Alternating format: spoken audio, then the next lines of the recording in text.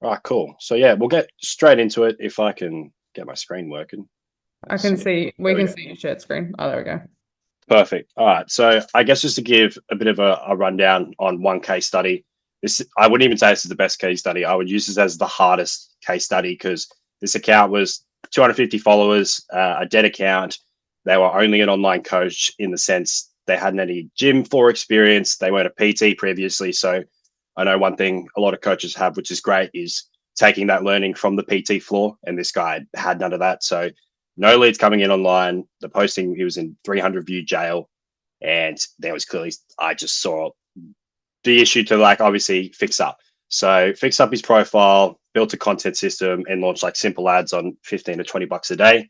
What was really cool with him is within the first month, we had 20 people either DM or submit a lead form, which was really cool. And then month on month after that, he had 20 plus leads every month, which is really cool. And a few screenshots there, just I guess on an example and whatnot. And the cost per lead was $7.57. So I guess to explain that in like ROI terms, return on investment, like there's a few people that he would have signed over these months, and that person cost him $7 to have that conversation, have that book call, and he's signing them on for $80 to $90 a week, and on a 12 to 14 week commitment. So I'm not great on quick math, but I know there's some positive in that for sure, which is yeah what I'd love to see.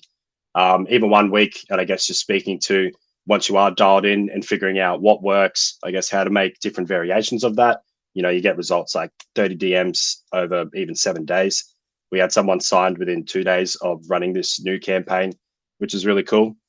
And one thing to really knuckle down on here is it was the follow up and the close that really tightened up that got such a quicker result client wise. So, you know, you can run as much ads as you want. I guess you could explain it as, you know, you can have as many eyeballs of people coming through the door, but if you're not speaking to them and getting them as soon as humanly possible, you know, they're not going to be interested, even arguably after 24 hours of following up. That's just speaking on same one. So a bit more on his results. We've run different levels of the funnel, ads wise, even profile visits, where I'll talk a bit more later. Essentially, you could run ads that are more follower focused. So you're more looking at getting people into your organic system. If you've already proven to have a content system there where you can nurture people through stories, nurture through that like very bottom of funnel content, or there's cases where you do run direct to offer and it's, you know, getting leads straight in the door, DM conversations happening, and yeah, all on the same $15 to $20 spend as well. I guess just a brief little, I guess, overview on me. So I own Rep One. I've had 5 years across healthcare, services, and sport. I managed ad campaigns for the Gold Coast Titans across 2 seasons. Our performance admin wise was a lot better what they were on the field, so we can keep that separate results wise. But yeah, I've worked across 30 different coaches now for their content, ads, and marketing systems. And this is essentially just showing you how the fuck and what the fuck to do with ads and Facebook right now. So kind of painted the picture of life with and without ads. So I guess to set the story straight, this isn't a like anti-organic. Like I think if anything, organic's the most important thing for uplifting your personal brand and getting it in a good spot ads wise. So it's more so when you're just doing that organic and, you know, relying on that right person at the right time, playing the long game, some good weeks, some bad weeks, and then you've got to hit a certain amount of posts to make sure you get in front of a certain amount of people each week. Whereas with ads, you know, you're paying dollars every day. So what, a coffee and a protein bar maybe, and you're getting in front of those people and new eyeballs without having to post something new every single day, every single week. And instead of like trying to fight the algorithm, you are getting content in front of them so they go, fuck, like I resonate with this person and I want to know more now rather than, you know, trying to nurture them later on. So as I mentioned, ads isn't replacing your organic, it's just accelerating it. Again, there's two different avenues you can really do this, where it's direct conversation now, or it's, you know, getting them in your system so that you do develop more followers, get more engagement. I know a lot of people will think of it as, you know, are you just buying followers? Are you just buying engagement there? Think of it as, you know, you're just paying for the eyeballs, you know, and we'll talk about it later. But if your content is shit, like a lot of people are running the AI slop these days, where it's, you know, you're getting in front of the eyeballs, but what you put in front of them is crap and not engaging, well, then there's no point. That's where we are starting to waste money. So it's still very much on you to make sure you get that engagement in the long run. Kind of touch on this a little bit about ads being the front door, essentially, and just touch on that then where the direct path is seeing your ad. A lot of people use VSL as well, so a video sales letter. I know a coach who has a form page, like a jot form, and he has like a YouTube video, 5 minute explaining his offer and just a payment section at the bottom. Like no jump on a call, not even trying to nurture them. And this guy's booked out. Like it's really interesting how you can use it different ways, or you can go down the ecosystem path, which is someone sees your ad, doesn't act straight away, but sees your organic content. You know, maybe they've signed up to a free guide, and now you're starting to nurture them a lot more. So a lot of you will want the direct path, which is, yes, perfect world, but it's about figuring out, you know, what works best for you as well. And this really comes down to the back end as well, which we'll talk about later, which is that follow up, which is like what type of action you do want out of them. So setting expectations, kind of touch on this a bit, where you want to be at that direct path. You want that 50 leads a week, fully booked, clients lining up. When you start running your ads, or if you have started, you would have seen 3 to 5 leads a week is where you're going to start. Sometimes it might even be less in that fortnight, but that is enough, because it's not about, you know, I guess a gamble where it's like, oh, okay, this doesn't work for me, I'm out. You need to start using that data to say, okay, create something better. All right. So starting off the point where it's 3 to 5 leads a week, that is more than enough. You know, if we look at it from a numbers game, 3 to 5 a week is 20 a month, and bare minimum, you know, should be closing to 20 to 30% of those, which is 3 to 5 new clients a month. I like to say, you know, if you got 3 ads from clients in a month and you're spending 600 on ad spend, you know, you sign 2 of those people up. If you are charging in the $80 to $90 bracket, you've made your money back. And that third person is, you know, profit on top. So, you know, that's the bare minimum. And once you get in a flow of recognizing what creative works, doubling down on that, and then making new variations of it, you're going to, you know, you'll start to see the real, I guess, value in it as well. As mentioned before, the coaches who fail at these ads, you know, turn them on for a couple of days, get nothing out of it. You might have got a lead through, and that cost per lead's like $80, and you go, oh, fuck, like no good. I'm just going to turn it off. And you can't compare 3 days to like 2 months of data. So it's like, you got to remember, it's no different than if I came to you and said, get me abs in 5 days, and, you know, nothing happens. And it's like, well, you're 110 kilos. I'm like, yeah, fair, but that's what I expected. So just remember, kind of play it into, I guess, how you coach people as well, in terms of, you know, building a system, you know, and, you know, nurturing it and finding what works and it compounding. So BS and not BS, just some things I've really had back from clients when I talked to them first about ads and whatnot.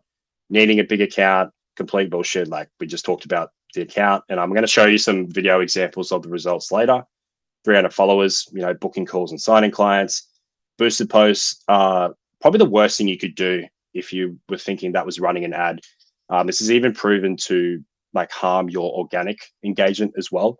So in terms from how much you can segment your creative, your spend, your messaging, it's just incomparable to what you can do in Ads Manager. So please avoid these at all costs. I know it's quite easy, and it's quite tempting to have that boost post there where you're generating awareness and you're like, cool, you got a bunch of likes, but you haven't got any business out of it.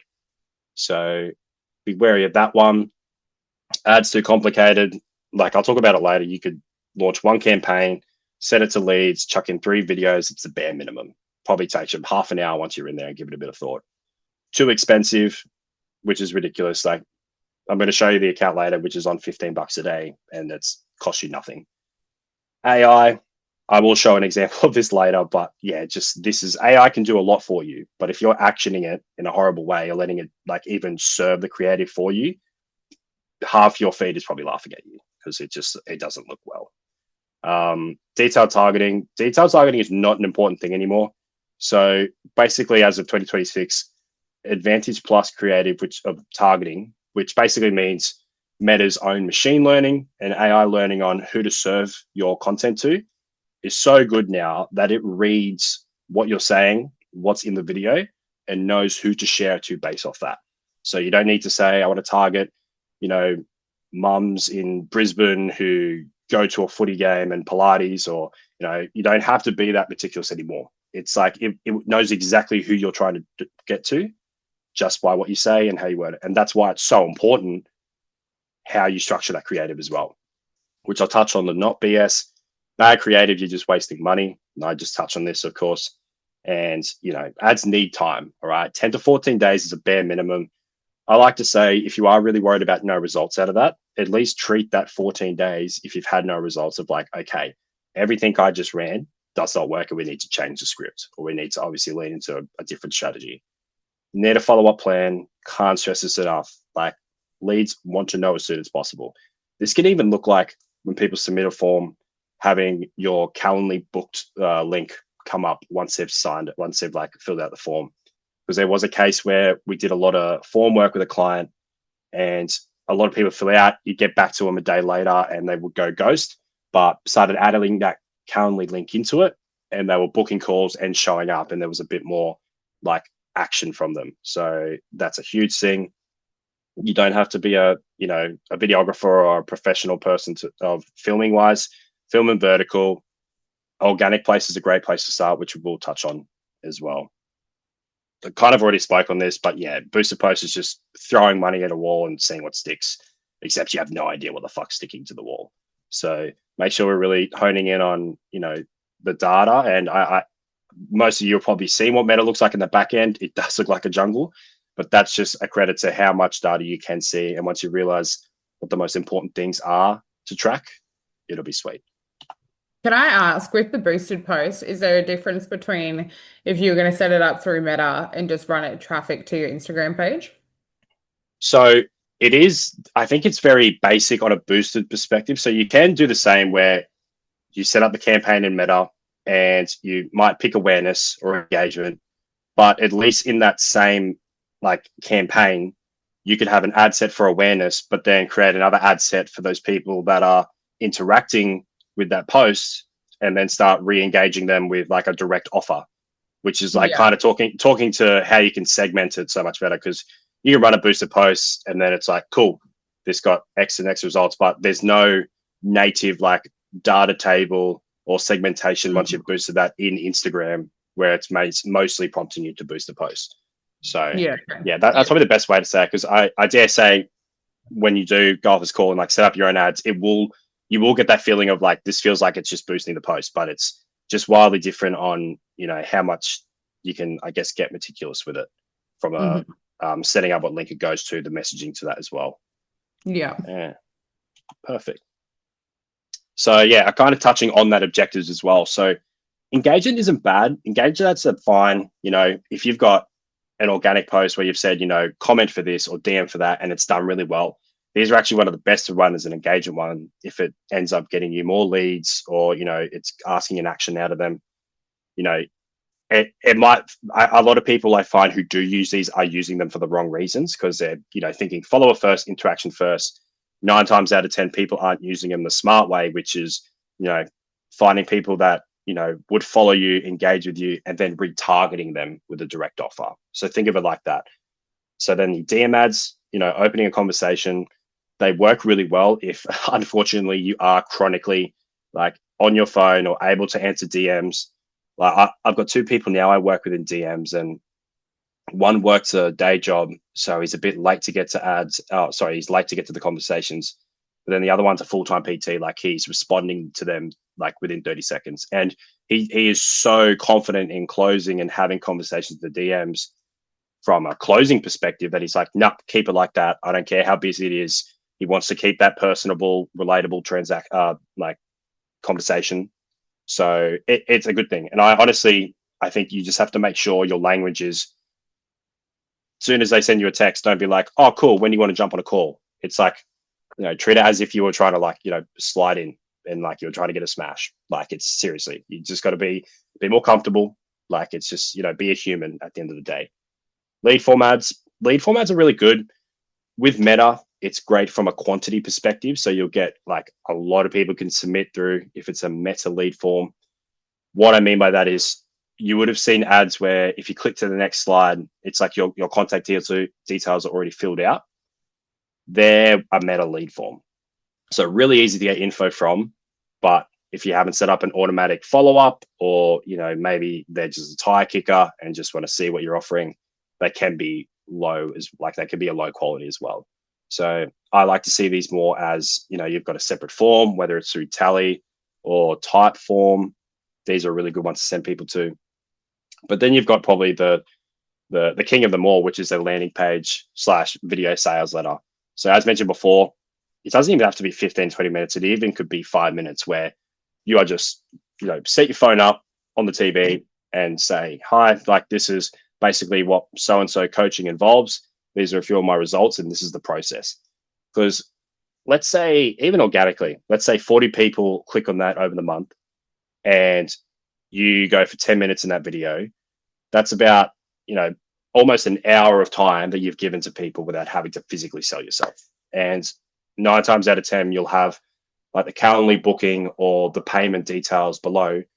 And that's why they work so well, because you're losing that factor of obviously being on the call and being able to answer their questions, but you are giving so much of your proof and your results that they're like, fuck, they've seen your ad.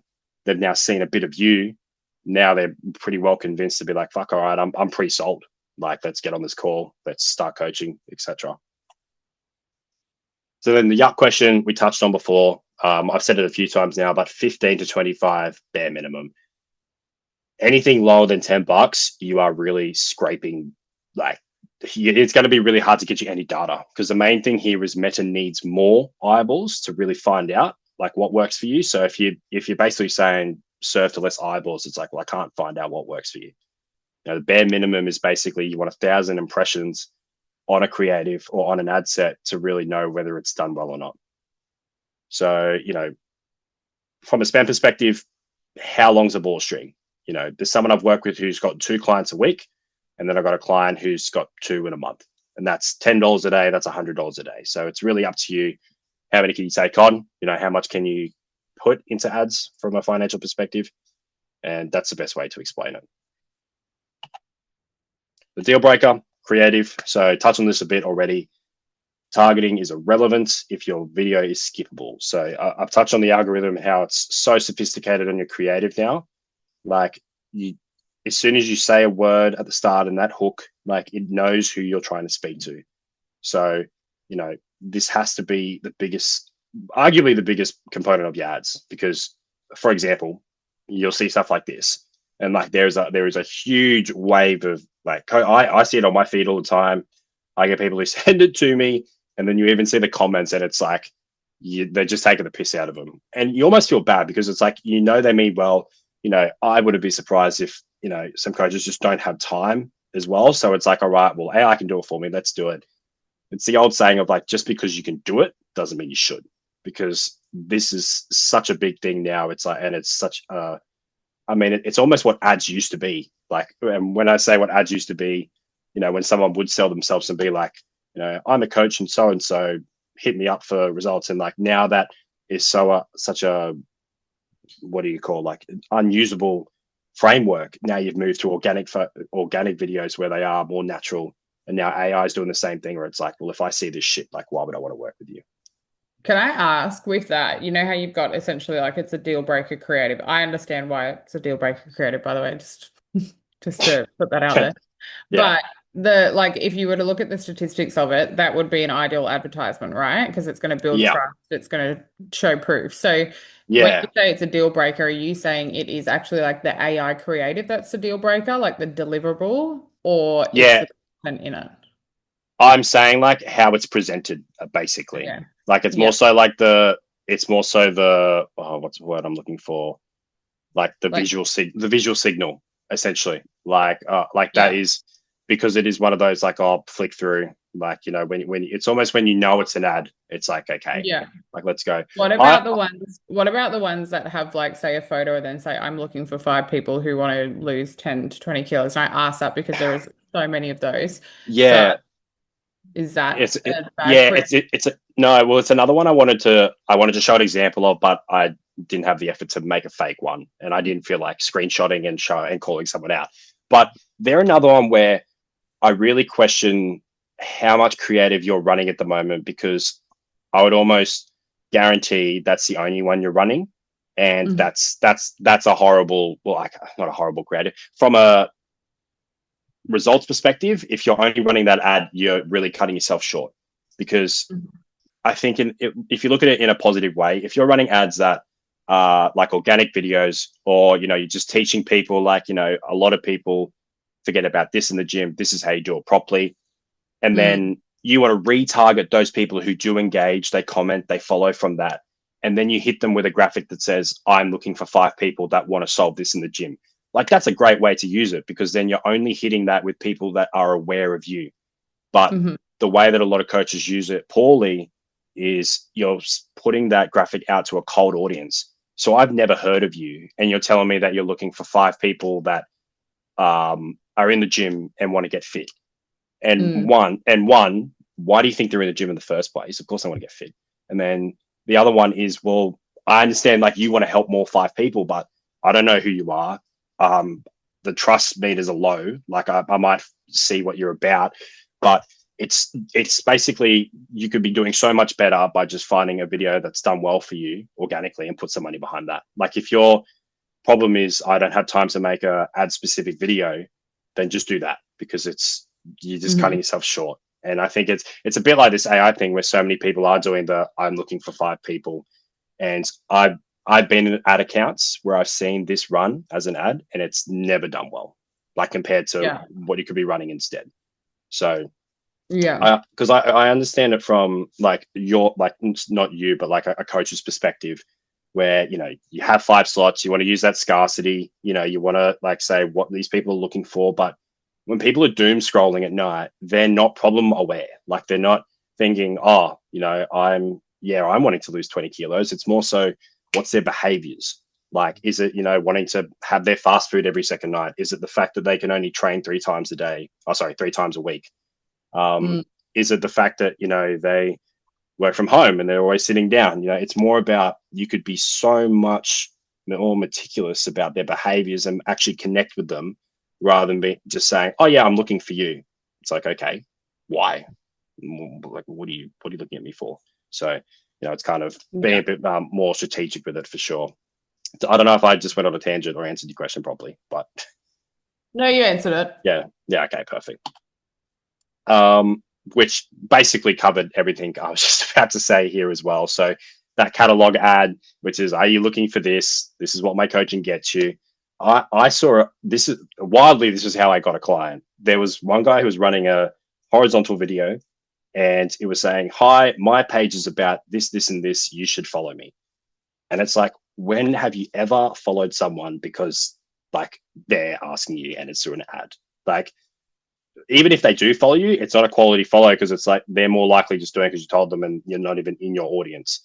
Like, wouldn't you rather someone follow you because, you know, you've connected to them, like, you've shown relatable behaviors or results or issues they're facing, and then you've solved it? So these catalog ads are horrible.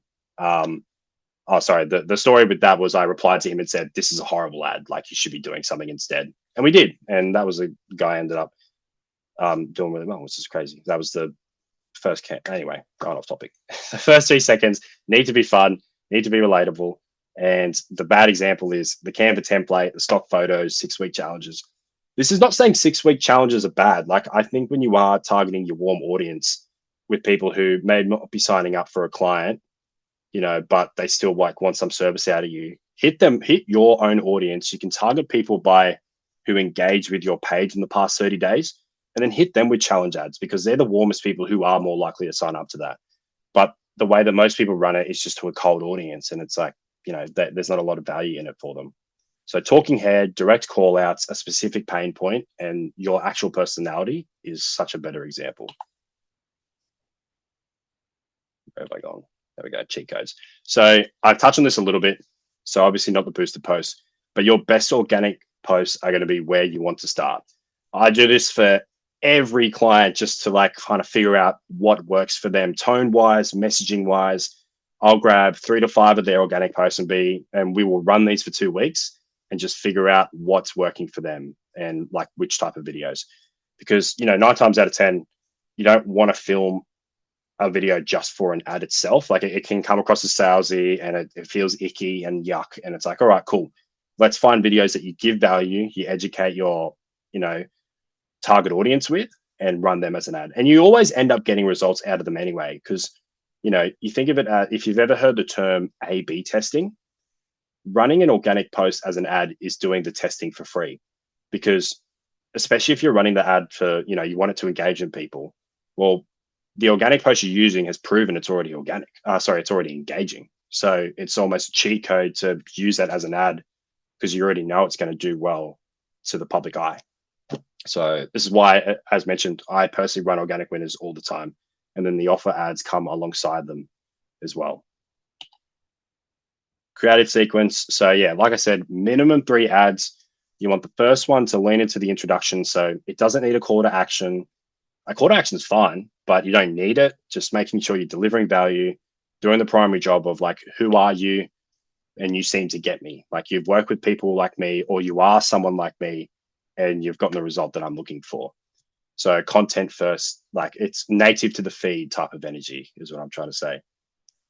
Lead into your proof is for your second one. So same structure, but, add, some client result that you've had that would be similar to this type of person. Transformation, real numbers, any screenshots you've got as well.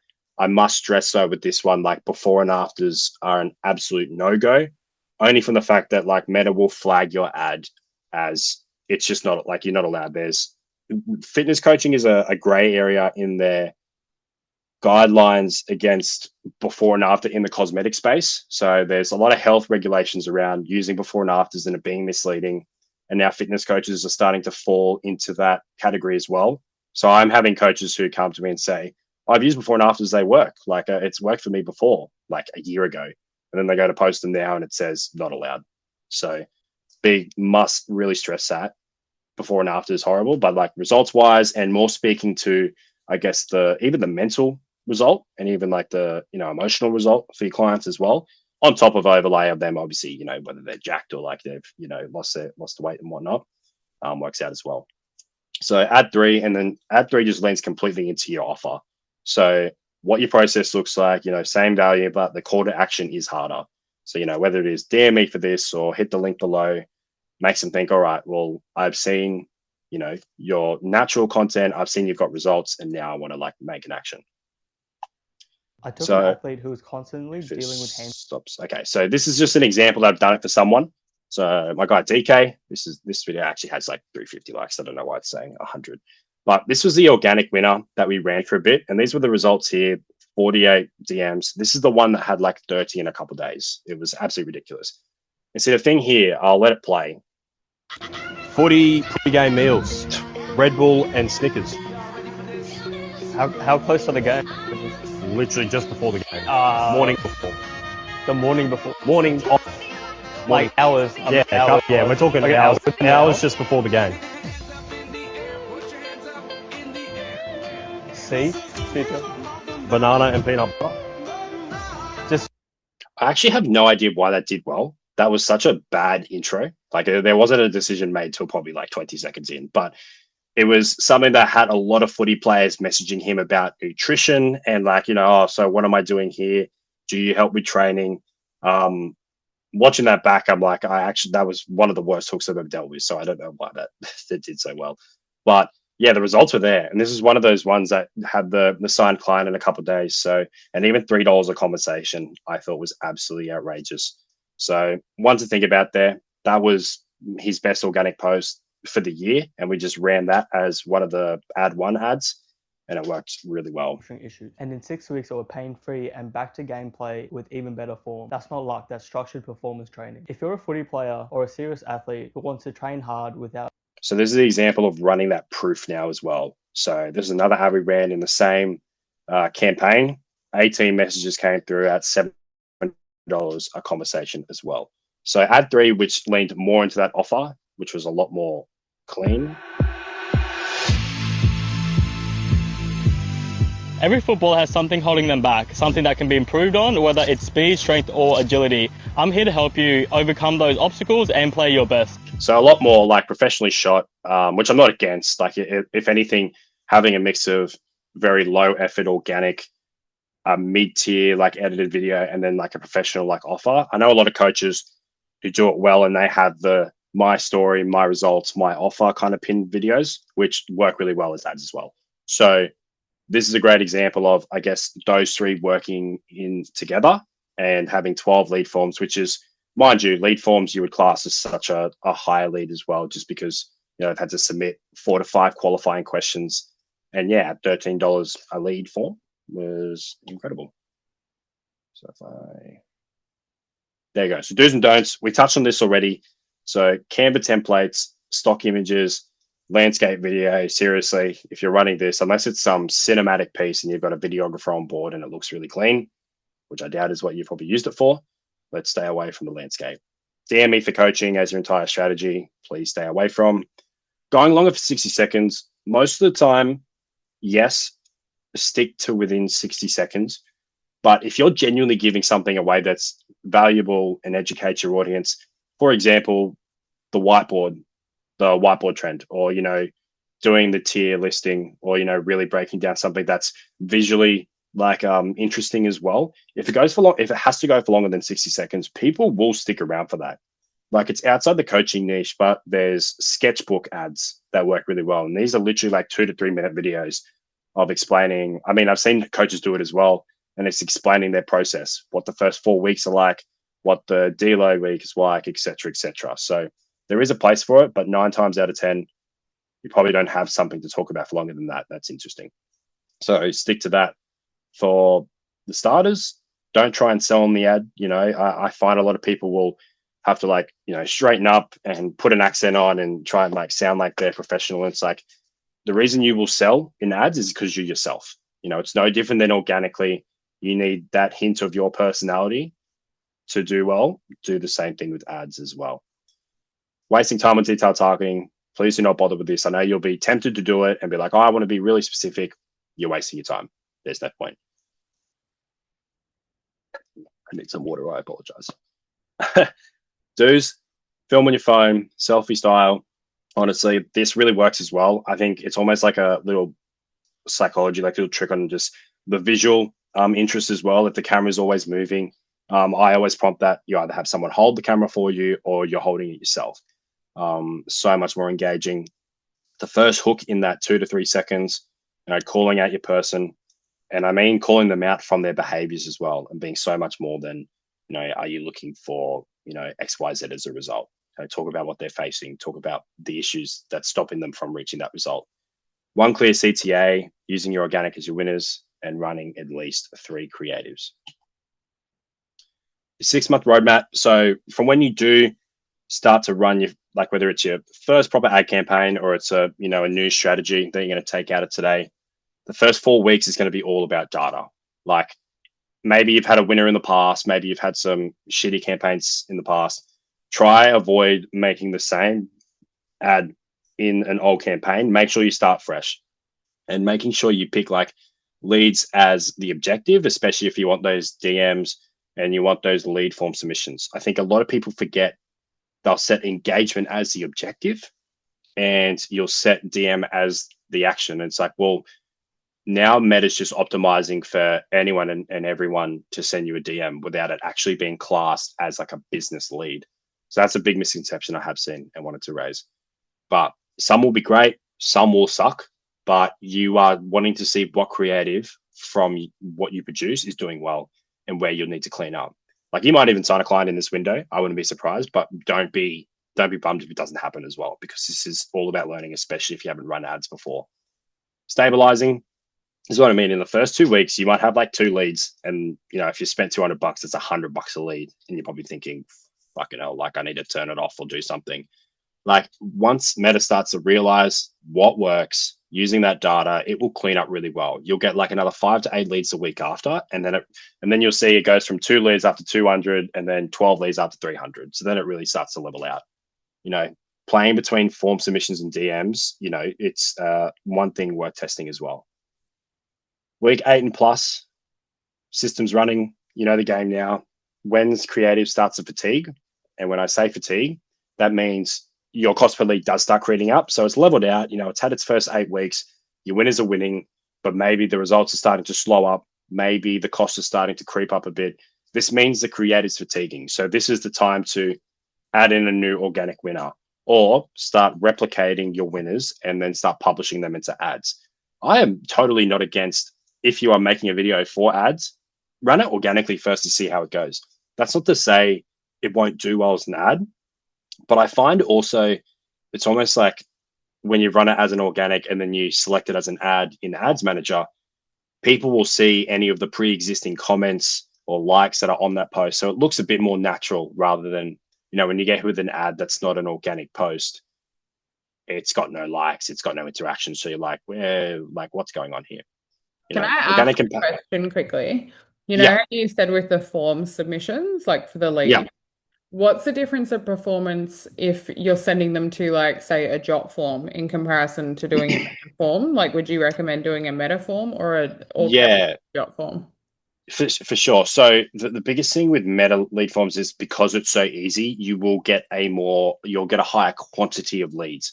So usually when you put them next to each other, and if you want to add to meta forms and then to like your jot form, you will more, like, the average is you'll get more leads but shitter quality through meta lead forms, but then you'll get less leads but higher quality through the jot forms and whatnot. And that's purely just through like the ease of doing it. Because, when you're sitting there, you kick back, you're scrolling, you can go hit next, meta pre-populates the stuff and then submits form. So it's like, it's good because you get for someone who doesn't have leads at all, it's a good way to figure out what type of people are submitting forms and want to know more about it. But I think if you're at a stage where, you've already got a form on your page and it already works well organically, it's definitely worth just running to that same jot form, to that same tally type form, because you definitely find more quality leads out of that. But that's not to say it can't work without the lead forms either. But yeah, I would almost say if I had to pick one, I would run it through the native form that you have already, which is that jot form, that type form for sure. And bonus points if you've got the video added as well. So yeah, finishing on that, organic and paid feeding each other when your system is comfortable. So this is the thing I teach, where it's like you own your ads after that 8 weeks, and now you can comfortably run those ads, kind of focus on organic from a mental perspective, because your ads are serving new people on its own, and they work in conjunction with each other because new people are finding you, whether that's a direct decision or coming into your system. And if your organic's locked in, you're going to be selling them easier. So compounding as well, by that month 6 point of view or point, your reach is stronger, organic and paid is growing. And now your ad clients are even becoming a referral link for you as well. It's one thing I really like to stress with people is, just because they're an ad doesn't mean mentally you will keep them in this, they're an ad client, that's the only way I got them. But they then become someone who refers you. They then become like, your pathway to more organic and, more referral clients. There's, even from my own personal experience, like there's someone I've worked with, and just by him sharing, like, he referred to like another 3 or 4 coaches. And I've seen that happen with, coaches and their own clients. It becomes so powerful just, thinking about, you have your existing referrals now, you have ads, and you have got organic.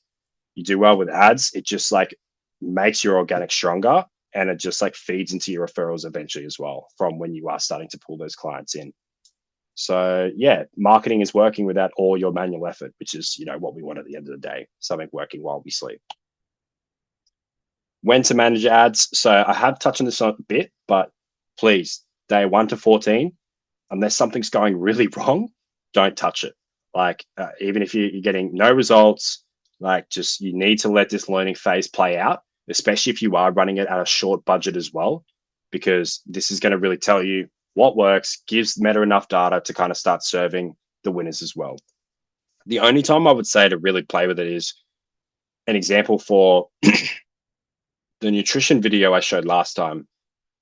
That coach was not a nutritionist.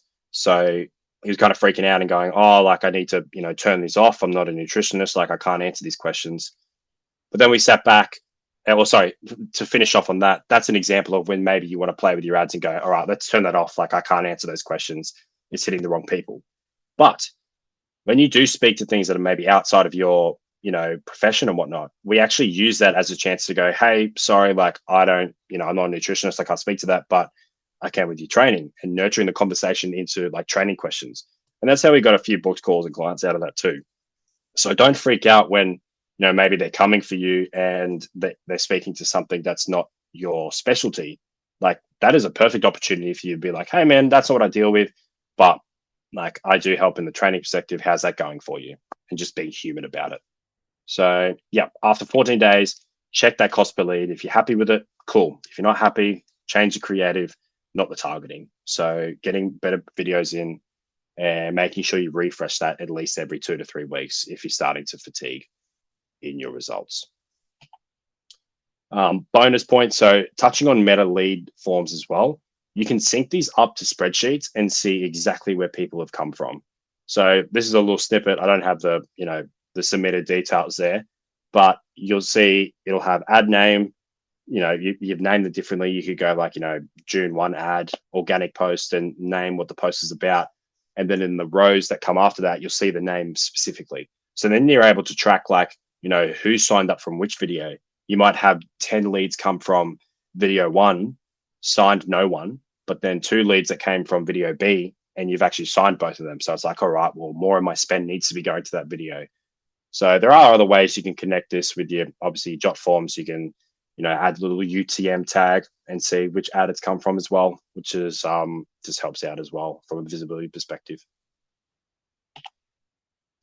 Action checklist. So yeah, if you are to take anything of this away with you, make sure your front end's perfect. Your page is arguably a landing page now. So fix up your bio, making sure it's painfully obvious who the fuck you help, what you do, one link to your inquiry form.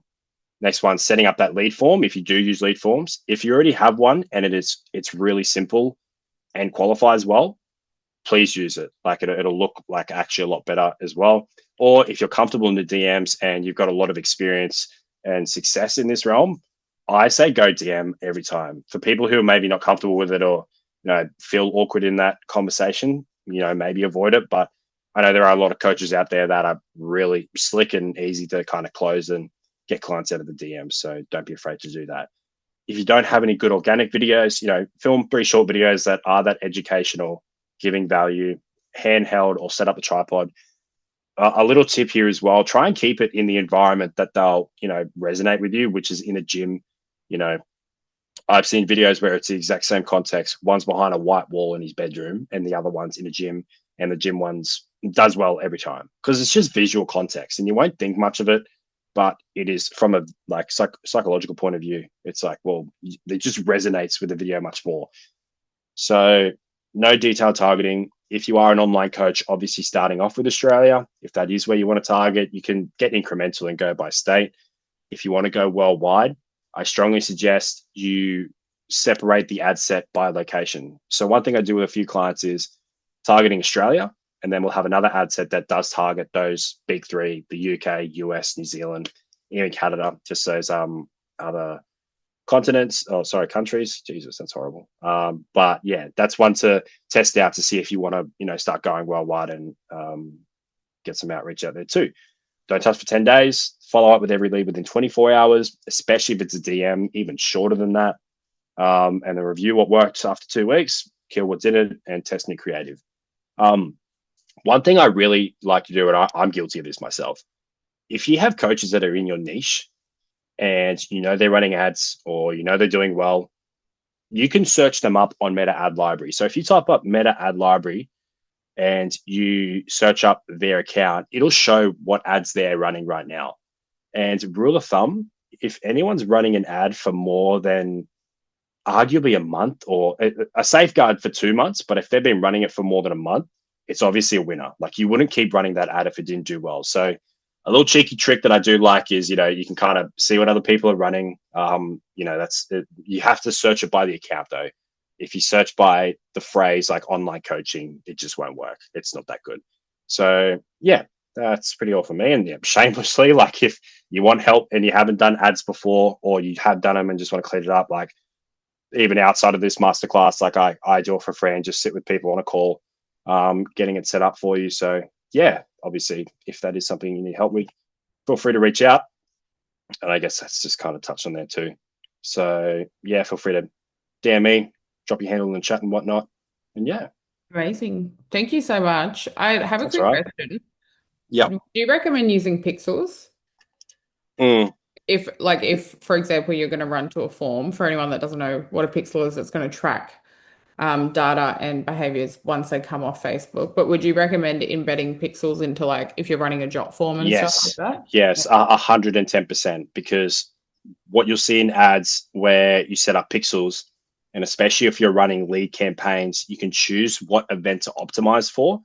And the event comes from the pixel. So the pixel will realize which button on the page is the schedule button. It'll realize which button is the submit button, which one's the book a call, payment, clicked, and you will choose whatever event you choose to optimize it for. It'll go for that one every single time. So where I'm going with this is, let's say you have your normal form and there's a submit button, you submit it, and then your next page is book a call. And 9 times out of 10, you want people to book a call. So you'll find people are always reaching that submit button, but none of them are booking a call.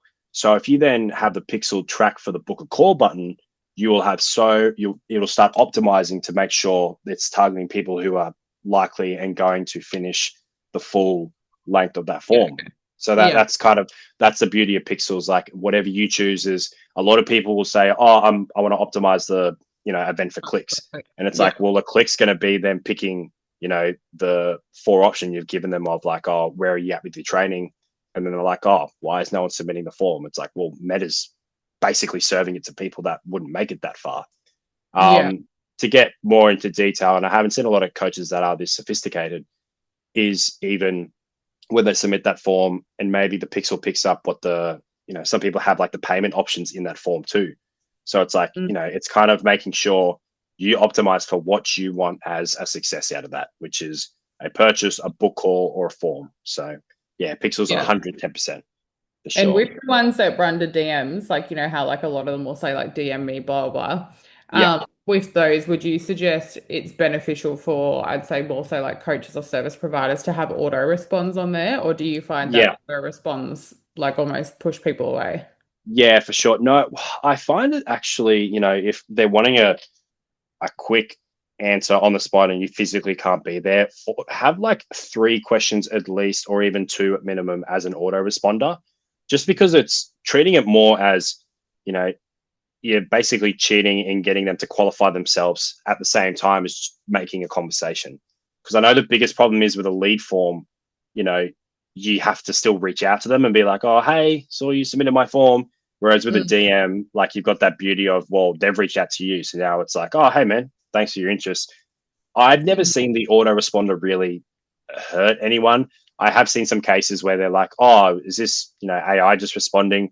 And then, some coaches have been quick enough to be like, oh, no, that was me. What's up? And it's like, you kind of work around it. But I think, if you're facing an influx of DMs, it's silly for you to not do the autoresponders, because then, you don't want to waste your time answering 50 DMs when only 10 of those are quality people. And to be fair, quality people don't turn their nose up at an autoresponder. That's just like, and don't treat them as, what am I trying to say? Like, make sure there's value in it too. Like, actually trying to find out who they are. And you can adjust your autoresponders to kill the conversation too. If you say, I'm just browsing, I'm 6 months away from making a decision, and be like, cool, man, probably not the best for us, but you can follow my page. Hope you're doing well. But the autoresponder, you could say like, what's your target? Like, you just try to lose weight, or you're a bodybuilder. When you're trying to, achieve this goal, 2 weeks, would you be ready to make a decision now? Yes. And that's when it says, cool, I'll be in touch soon. Thanks for filling this out. So it's like taking the good. You use it to almost get like more data from them. And then with that, my question would be, essentially every lead that comes through, say you're doing the DM side, is it important to try and get their email address so that you can then say, like, market to them internally, or would you recommend not doing that in a DM? No, I don't mind. I think once you've closed the conversation, I think the easiest way to get that is, a lot of people I've worked with, the close is a call or, some type of conversation. So it's like, cool, man, I need your email to, send you the invite. What's your email? This is the best place, because then it doesn't feel too, icky to be like, oh, by the way, can you send me your email? Like, just for that purpose. So at least then, like, once you've had their email, And I guess if you aren't successful in that first, conversion space, you do have that email to then retarget them and be like, hey, here's a free guide and whatnot, and obviously chucking them more of a, nurture email sequence. So yeah, obviously always the goal to get some type of contact detail out of them, which is good from that's why I like to keep it, getting their email from the call perspective if you can, because then that way you can use, no matter whether they do sign with you or even if they don't show up on the call, at least you have their email to, one, hit them again if they haven't shown up, and then two, shove them into a nurture list and say, hey, understand like things didn't align, while still serve you a bunch of value as well. So 100%, email 100% above everything. I know it's definitely looked down upon, but even for a wildly off topic, for a coach we're building a community for, we've had a wait list for that for about 2 months now, and there's like 10 people on that. So now it's just like, as soon as you hit these people with the announcement of this value, it's like they're already primed to sign up and they already have. So that's another way to think about it. These people have come from wanting coaching, decided not to, sign up for a wait list on another product that you have, and you've signed them as well. So that's a big thing as well.